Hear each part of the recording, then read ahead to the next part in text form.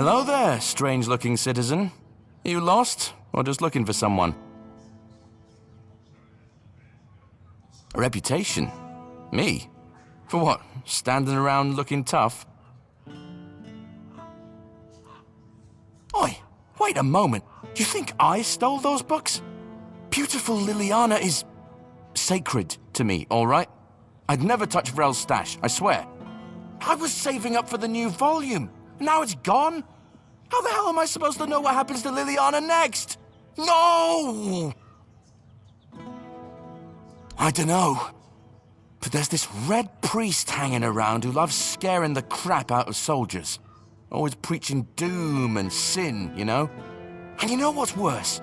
That damn priest saying Liliana's, inspiring moments are why I'll be cursed.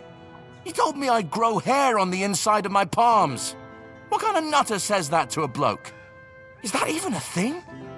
Damn brother Ismat got me paranoid. You're joking, right? Please tell me you're joking. Inside my palms? Oh no.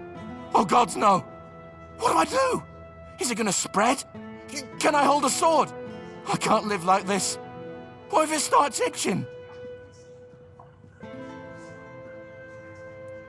Oh, he's probably at the Red Church headquarters. That's where they're always praying and doing whatever it is that Red Priests do. Just be careful. The man's got a way of making you feel like you're already cursed. Creepy bastard. See you later. Don't let the weirdness bite, eh? We are the sanctified martyrs. Through blood we strive for purity. We are the sanctified martyrs. Through blood we are the sanctified. We are the sanctified martyrs. We are the sanctified martyrs. We are the sanctified martyrs. Through blood we strive for purity.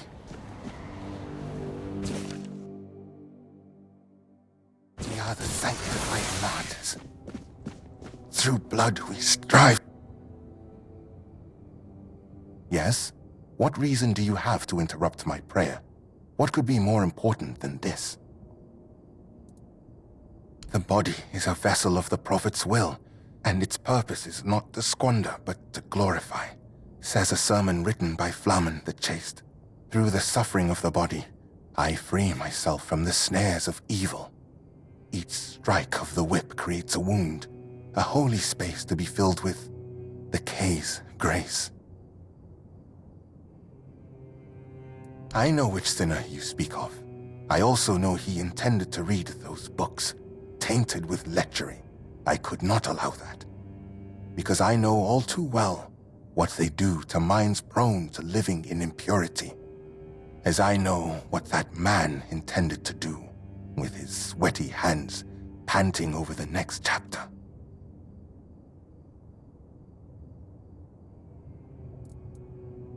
He intended to stain his soul with sin. People who are lost for their entire lives don't even realize they're on a path to nowhere, that each new crossroads only leads them more astray. I only want to protect them from this. I want to ensure that their life's path would have fewer moments of doubt over whether to succumb to temptation or resist it. I have no intention of taking responsibility for what lurks in the shadow of their depraved imaginations. The sin comes from within them, not from me. You will not provoke me. Of course, I am a Red Priest, after all. I know much about the struggles of the spirit, about what shatters a person's dignity, about the acts that cloud the mind with a fog.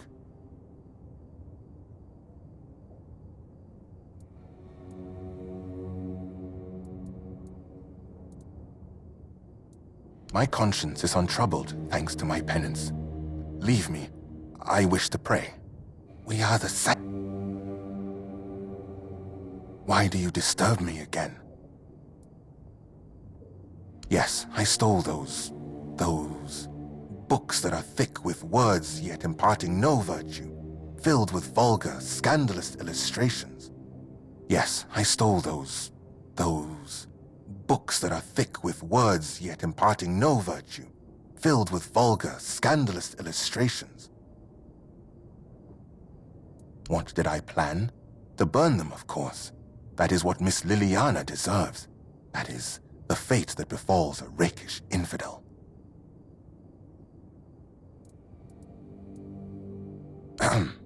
Yes, you heard correctly. Do you think I don't know what's in those books? I won't deny it. I took a peek inside. I needed to understand the sheer scale of depravity we are dealing with.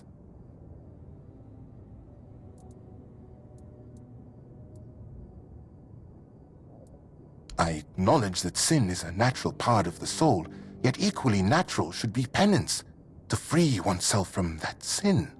Chasteness does not come easily, but that is why it is a virtue, granting oneself relief through such primitive and vulgar acts, engaging with something as vile as these books. Have you read A Sermon on the Paths of Discipline by Brother Flamen? He makes a proper statement about those types of deviations. Hands that stray toward idle pleasures build no temple.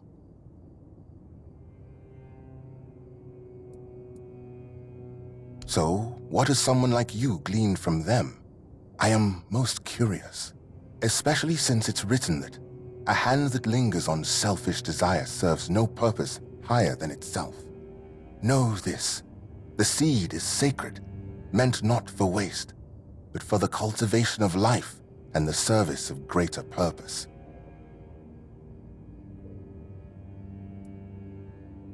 Of course it serves a purpose, a vain and impure one. Such self-gratification weakens the spirit and body. It compels the heart to submit to every fleeting whim. Meanwhile, to be men means resisting those whims, holding back the hand from striking, restraining the hand from depravity. How can a man be ready to protect his loved ones if he's so willing to blind himself through sin? Just to remind you, a blind man cannot fulfill his service either to his kin or kay, which makes him barren and forever lost.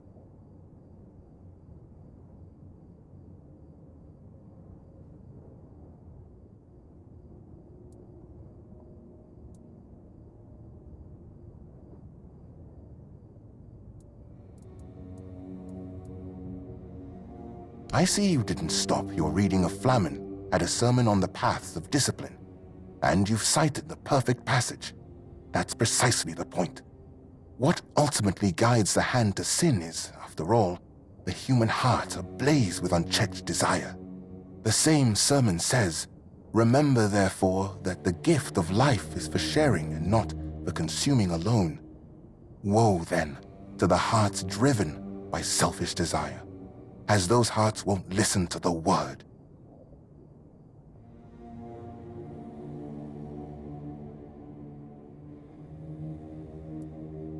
I fear that sometimes this tone is necessary in priestly service. We know human nature all too well, do we not? Avoiding an admission of guilt does not mean avoiding punishment. Someone may treat my teachings with disdain, but ultimately, they will still stand before Kay and her word. Your words, however, are wise, and they lead towards reflection. And there it is, the image of modern humanity, knowing no virtues. Stripping purity from every aspect of life, you kill holiness. And then, in the face of life's hardships, you ask where grace has gone.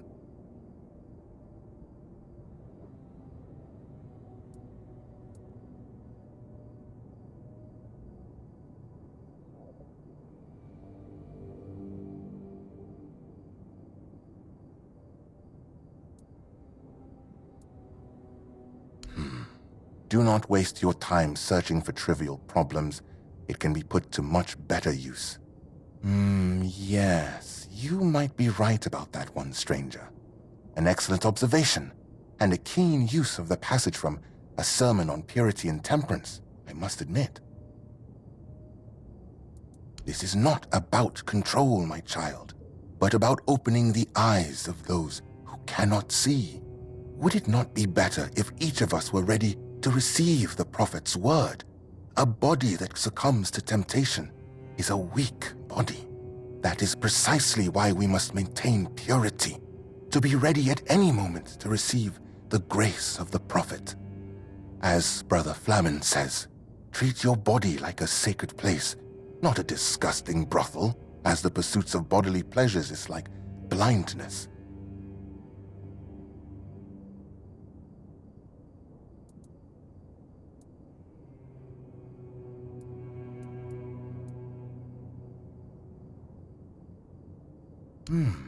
That is, of course, an astute observation, and proof that you've read the sermon thoroughly.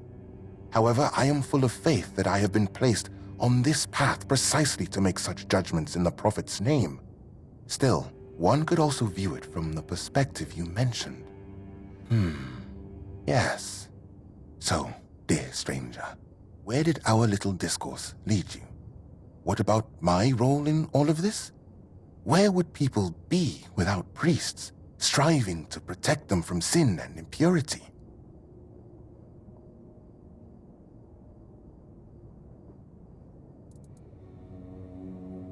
Their own business? And what about dedicating the body to Kay? About the fact that each of us becomes a vessel in which her word can resonate?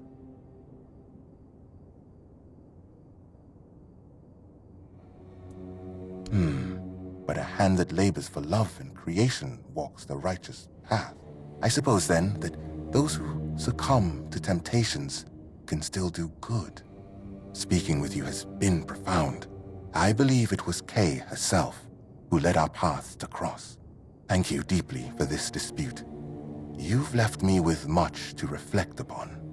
Of course, I'll return your books, but now I can't decide what should be done with them. It's your call.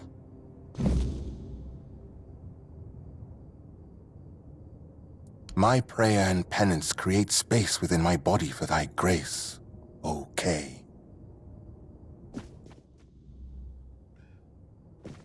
Before you ask, no.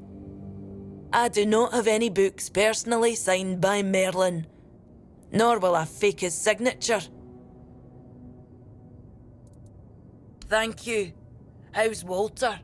I hope he didn't greet too hard when you made him part with him.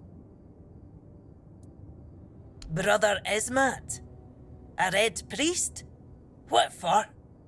Don't tell me he wanted to burn them for being indecent.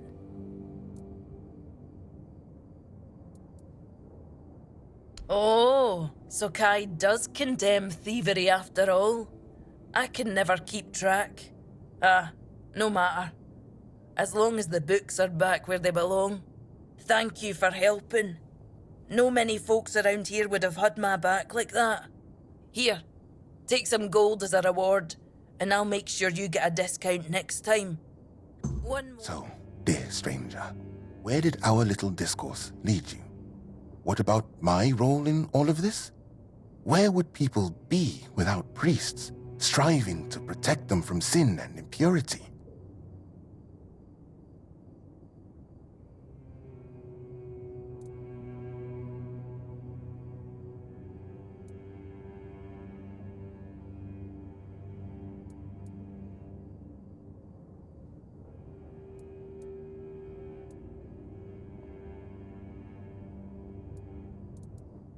Their own business? And what about dedicating the body to Kay? About the fact that each of us becomes a vessel in which her word can resonate?